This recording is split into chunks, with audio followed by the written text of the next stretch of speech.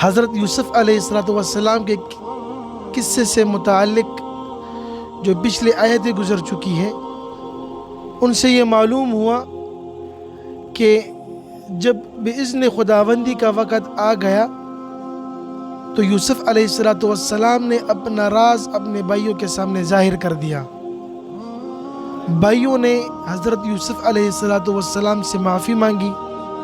حضرت یوسف علیہ السلام نے ان کو معاف کیا، بلکہ معافی کے ساتھ ساتھ ان سے اپنے جو پچھلے ان کے ساتھ زیادتیاں ہوئی تھی ان پر ملامت کرنا بھی پسند نہیں کیا۔ اب اس کے بعد حضرت یوسف علیہ السلام کو ایک شوق ہوا کہ اپنے والد صاحب سے ملاقات کا، لیکن جب ان کو معلوم ہوا کہ ان کی بینائی جاتی رہی ہے تو اپنے بھائیوں سے کہا کہ یہ قمیض لے کر جاؤ اور والد صاحب کو دے دو اور اس کی آنکھوں پر ڈال دو تو ان کی جو بینائی ہے وہ واپس آ جائے گی۔ اب یہاں پر ان کے بھائی یہودا نے کہا تھا کہ یہ قمیض میں لے کر جاؤں گا، کیونکہ جب حضرت یوسف علیہ السلام کو انہوں نے کنویں کے اندر پھینکا تھا اور بھائیوں نے ایک قمیض پر بھیڑیا کا خون لگا کر یہ ثابت کر دیا تھا کہ یہ خون جو ہے یہ حضرت یوسف علیہ السلام کا ہے اور یہ قمیض بھی جو ہے یہ ان کی ہے۔ اب یہاں پر حضرت یوسف علیہ السلام اللہ کے جلیل القدر پیغمبر ہیں، انہوں نے اپنی قمیض دی کہ جاؤ یہ قمیض جو ہے حضرت یعقوب علیہ السلام کے چہرے پر ڈال دو تو ان کی نظر جو ہے وہ آ جائے گی۔ یہودا نے کہا کہ یہ قمیض میں لے کر جاؤں گا۔ یہودا لے کر گئے، وہ قمیض لے کر گئے۔ اب یہاں پر حضرت یعقوب علیہ السلام کنعان میں ہیں اور مصر میں حضرت یوسف علیہ السلام ہیں، اور یہودا اس کی قمیض واپس لے کر آ رہے ہیں کنعان کی طرف۔ حضرت یعقوب علیہ السلام باہر کھڑے ہیں اور یہ محسوس کر رہے ہیں کہ مجھے یوسف علیہ السلام کی خوشبو محسوس ہو رہی ہے۔ یہاں پر ان کے ساتھ جو لوگ تھے انہوں نے کہا کہ ابھی تک آپ یوسف علیہ السلام کے غم سے باہر نہیں نکلے، ابھی بھی آپ کو لگتا ہے کہ یوسف علیہ السلام زندہ ہیں۔ یہاں پر مفسرین حضرات لکھتے ہیں کہ کنعان اور مصر کے درمیان کا جو فاصلہ ہے وہ 250 میل کے درمیان ہے، اور بعض مفسرین حضرات فرماتے ہیں کہ 8 دن تک جو ہے ان کا فاصلہ ہے کنعان سے لے کر مصر تک۔ اب اتنی دور سے یوسف علیہ السلام کی خوشبو محسوس کرنا یہ ایک معجزہ ہے۔ یہاں پر سوال بنتا ہے کہ حضرت یوسف علیہ السلام کو جب کنعان میں کنویں کے اندر پھینکا گیا تھا تو اس وقت یوسف علیہ السلام کی خوشبو حضرت یعقوب علیہ السلام کو کیوں نہیں محسوس ہوئی؟ تو اس کا جواب یہ ہے کہ معجزہ اللہ کی طرف سے ہوتا ہے، پیغمبر کا کوئی اپنا عمل نہیں ہوتا۔ جب تک اللہ نہ چاہے اس کو وہ معجزے جو ہے وہ معجزہ اس کو نہیں ملتا۔ اب یہاں پر یہ معجزہ تھا کہ یوسف علیہ السلام کی جو خوشبو ہے وہ حضرت یعقوب علیہ السلام کو محسوس ہو رہی ہے۔ یہودا جب کنعان پہنچا اور حضرت یعقوب علیہ السلام سے ملاقات کی تو اس کے چہرے پر وہ قمیض ڈالی، اور وہ قمیض جب اس کے چہرے سے ہٹائی تو حضرت یعقوب علیہ السلام کی بینائی واپس آ گئی۔ یہ قمیض کیا تھی؟ یہ حضرت ابراہیم علیہ السلام کو جنت سے آئی تھی۔ جب نمرود نے اس کو آگ میں ڈالا تھا تو حضرت ابراہیم علیہ السلام برہنہ ہو گئے تھے، تو جنت سے اس کے لیے لباس لایا گیا تھا۔ پھر وہ لباس جو ہے حضرت ابراہیم علیہ السلام نے اپنے بیٹے اسحاق علیہ السلام کو دی، اسحاق علیہ السلام نے اپنے بیٹے حضرت یعقوب کو دی، اور حضرت یعقوب نے اپنے بیٹے حضرت یوسف علیہ السلام کو دی، اور اس کے گلے میں ایک فریم کے اندر اس کو ڈال کر اس کے گلے میں لٹکا دیا کہ اس کو نظر نہ لگے۔ جب بھائیوں نے حضرت یوسف علیہ السلام کو کنویں میں پھینکا تو اس سے جو ان کی اپنی قمیض تھی وہ اتار لی تھی۔ اب یہاں پر یوسف علیہ السلام کی جسم پر قمیض نہیں تھی تو جبرائیل امین آئے، وہ قمیض نکالا اور حضرت یوسف علیہ السلام کو وہ قمیض پہنا دی تھی۔ اب علماء فرماتے ہیں کہ مجدد الفسانی رحمہ اللہ علیہ فرماتے ہیں کہ حضرت یوسف علیہ السلام کی جو یہ قمیص دی تھی، وہ قمیص تو جو تھی وہ انبیاء سے چلی آ رہی تھی، اور اس میں یہ اللہ جل شانہ نے یہ ایک معجزہ ڈالا تھا کہ جس کے چہرے پر وہ ڈالتے اس کی بینائی آ جاتی۔ یہاں پر مجدد الفسانی رحمہ اللہ علیہ فرماتے ہیں کہ حضرت یوسف علیہ السلام اتنے خوبصورت تھے کہ ان کا ہر ایک بدن کا ہر ایک حصہ اور ان کا ہر ایک عمل جو ہے وہ بہترین اور اعلیٰ تھا۔ اگر وہ خود اپنی ایک قمیض بھی اتار کر ان کو دے دیتے تو اس سے بھی حضرت یعقوب علیہ السلام کی بینائی واپس آ جاتی۔ جب ان کی بینائی واپس آئی تو حضرت یعقوب نے اپنے بیٹے یہودا سے پوچھا کہ مجھے اب بتاؤ کہ حضرت یوسف علیہ السلام کس حال میں ہیں؟ تو یہودا نے کہا کہ بابا جان وہ مصر کے بادشاہ بن گئے ہیں۔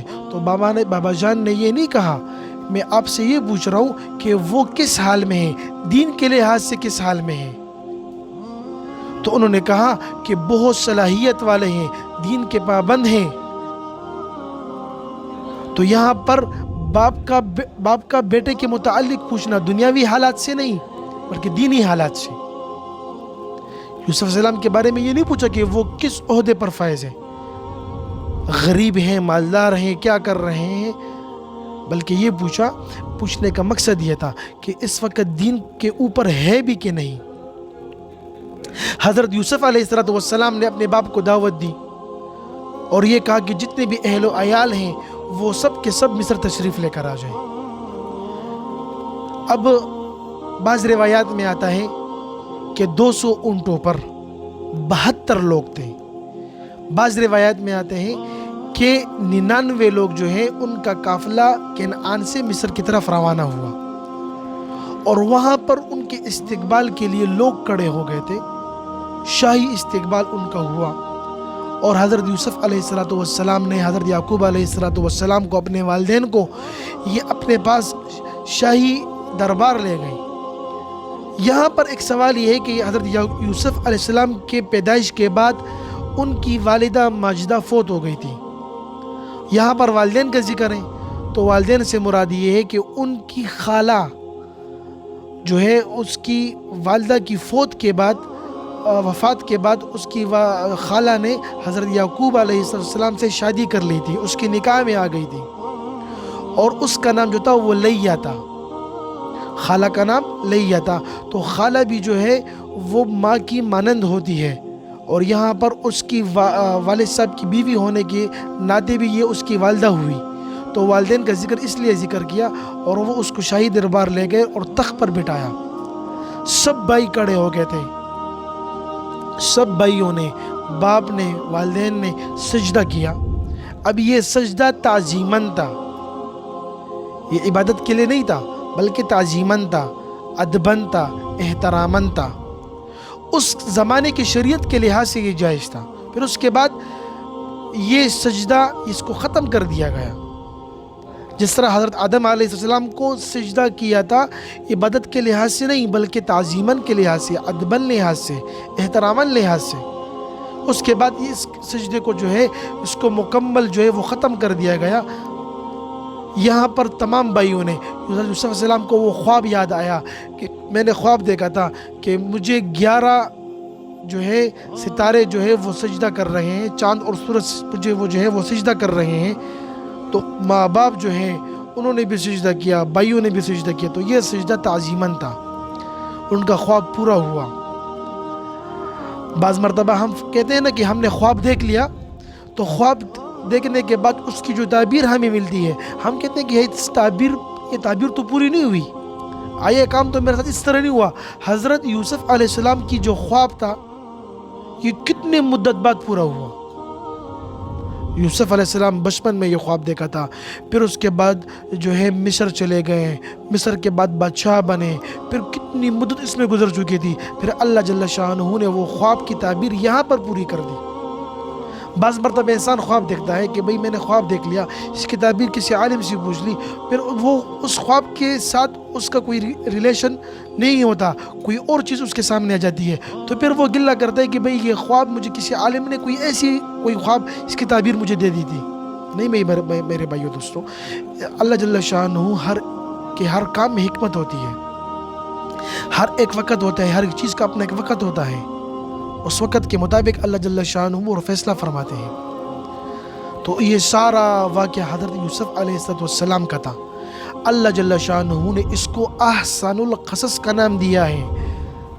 قرآن میں کسی پیغمبر کا قصہ مسلسل نہیں آیا، ایک جگہ پر نہیں آیا۔ حضرت موسیٰ علیہ السلام کا قصہ آیا تو مختلف مقامات پر آیا، قرآن کے مختلف حصوں میں اس کا ذکر آیا۔ ابراہیم علیہ السلام کا ذکر مختلف حصوں میں آیا، حضرت نوح علیہ السلام کا ذکر مختلف حصوں میں آیا، لیکن حضرت یوسف علیہ السلام کا قصہ اللہ جل شانہ نے ایک ہی صورت میں بیان کر دیا، اور یہ کہا کہ یہ سب قصوں میں بہترین قصہ ہے۔